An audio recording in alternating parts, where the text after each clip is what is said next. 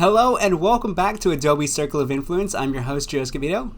And today we'll be talking about how your body speaks and the importance of body language. Now, one of the most important things to remember is eye contact. And I'm guilty of this sometimes. So recently I was doing an interview series and I was guilty of looking at the screen. And what happened is someone messaged me on LinkedIn saying, hey, why don't you look at the camera? That way it feels like you're talking directly to us. So that is something I'm trying to work on. I'm speaking directly to the camera right now rather than looking at my screen. And so it makes a huge difference because it feels like I'm speaking directly to the person on the other side of the camera.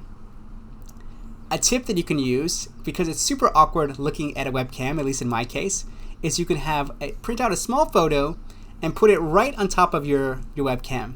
So for me, it could be a photo of my kids laughing, makes me feel lighthearted, makes me feel relaxed, and I'm looking directly at that rather than looking at the eye of the camera.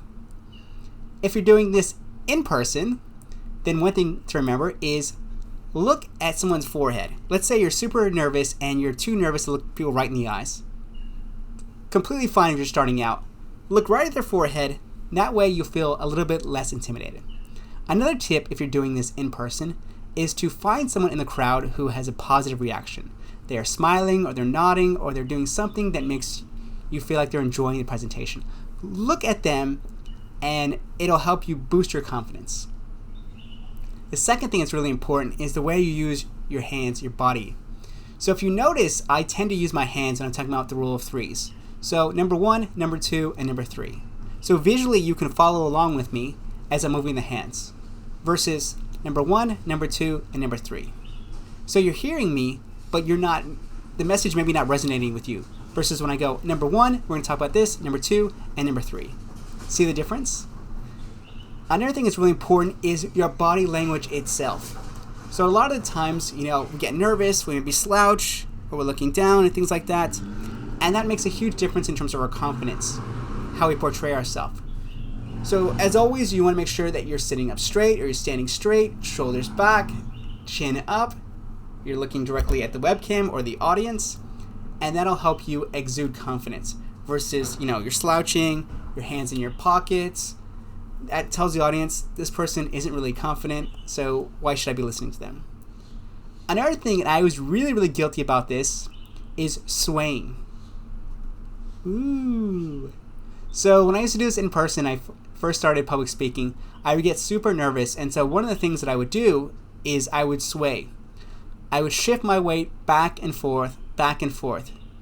It was a way to calm myself down, but as an audience, it must have been super distracting when you want to watch someone and you just see them doing this. So usually if you're just starting out and you're super nervous, stick to one point. So plant your feet, stick to that point. The more confident you get, the more you can move around the audience. So one thing that I learned is being methodical in terms of how you step across the audience. So let's say you're starting over here, one side of the audience, to start your presentation. You're moving here towards the middle, and you're ending here. So there's something powerful about that because you're watching the speaker move from here to here to here. You're following with them subconsciously how they're able to look at the entire journey of the story from beginning, middle, and end. So that's something you could do once you become more advanced. But let's say, Joe, I'm just starting out, I'm super nervous. Is it okay if I just stand? Yes, absolutely. The key thing to remember is stand up straight. Try not to put your hands in your pockets. If need be, put your hands directly on your side or on your hips. And as you become more confident, try to use your hands to make sure that you're conveying your message. So thank you so much, and we'll see you on the next episode.